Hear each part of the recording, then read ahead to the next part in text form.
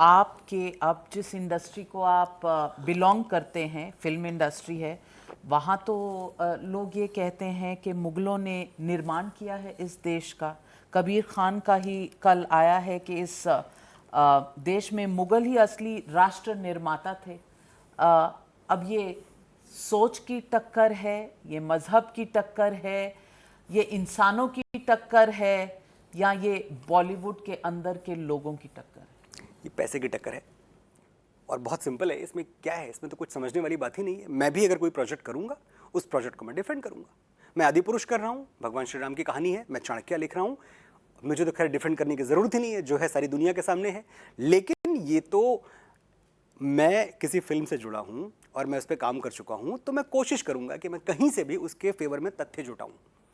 अब ये कौन सा इतिहास पढ़ा है जहाँ मुग़लों ने राष्ट्र निर्माण किया?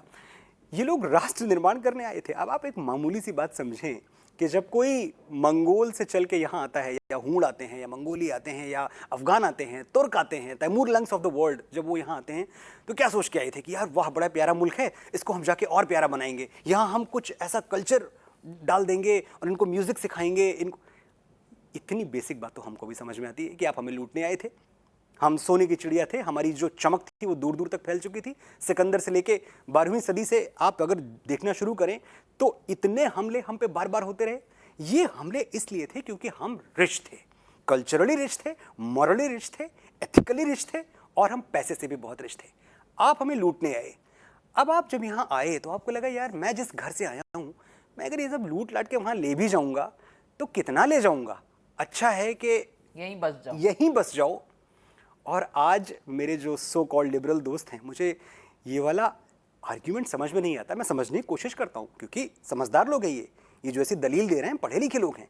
मैं इनसे समझना चाहता हूँ कि अगर कोई मेरे घर में आया और उसने मुझे लात मार के बाहर निकाल दिया, मेरे घर में रहने लगा, मेरे घर की नेम प्लेट हटा के अपने घर की नेम प्लेट लगा दी, और मैं जाके उसकी इज्जत में रोज़ आदाब बजाऊँ कि हुजूर आपने तो बड़ा अच्छा किया, आप आ गए, आप मेरे घर में रहने लगे, आप तो रहें यहीं। जब मुझे मौका मिलेगा ना तो मैं पहले आपको बाहर निकालूंगा अपने घर से।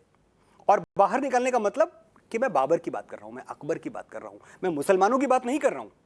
ये तो हमारे अपने हैं, ये थोड़ी पर आए हैं कि इनको बाहर निकाला जाएगा। ये एकदम अपने हैं, नितांत अपने हैं, जितने अपने होने चाहिए उतने अपने हैं। ये प्रॉब्लम सिर्फ इतनी है कि ये चिढ़ते हैं इस बात से कि आपने बाबर के खिलाफ कैसे बोल दिया, अकबर के खिलाफ कैसे बोल दिया, इस बात में चिढ़े आपको। तो आप कह रहे हैं कि कबीर खान का ये स्टेटमेंट कमर्शियल, उनको हक है इस बात मजबूरी का, है? उनको हक है इस बात का। कबीर खान बहुत बढ़िया फिल्म मेकर हैं और हमने कभी साथ में काम नहीं किया, लेकिन मैं उनकी फिल्मों की बड़ी कदर करता रहा हूँ, मैं देखता रहा हूँ, एंजॉय करता रहा हूँ। बड़े प्यारे इंसान भी हैं, मैं उनको ज़ाती तौर पे भी जानता हूँ। आप समझते हैं ये पब्लिसिटी स्टंट है? मैं इस बारे में क्या कहूँ, लेकिन मैं एक चीज़ कह सकता हूँ कि अब उन्होंने बना ही लिया है शो, तो उनको डिफेंड तो करना पड़ेगा। अब इसका क्या करेंगे वो? तो मैं उनकी ये बिल्कुल पोजीशन समझता हूँ, इस पोजीशन पे मेरा भी उनको सपोर्ट है। आप सपोर्ट करें? क्या करूँगा मैं, क्योंकि मैं उस इंडस्ट्री का हूँ, मैं जानता। सपोर्ट इतना ही है, सपोर्ट इतना ही कि मैं आपको समझ रहा हूँ, मैं चुप रहूँगा, मैं आपकी बात समझ रहा हूँ। कमाल है, आप चुप रहने वालों में से तो थे नहीं। आपकी पहचान ही ये है कि आप मनोज मुंतशिर हैं, आप सब कुछ तितर बितर कर देते हैं। मुंतशिर चुप रहने वाले तो होते नहीं हैं, वो तो लफ्ज़ों में खेल कर जाते हैं। तो लफ्ज़ों का या कहें तो शब्दों का खेल करिए, कुछ तो कहिए। मेरी थोड़ी सी जो वफादारियाँ हैं, जो लॉयल्टीज़ हैं मेरी, वो मेरी फिल्म इंडस्ट्री की तरफ भी हैं, और मैं चाहता हूँ कि दोनों के बीच में बैलेंस बना रहे।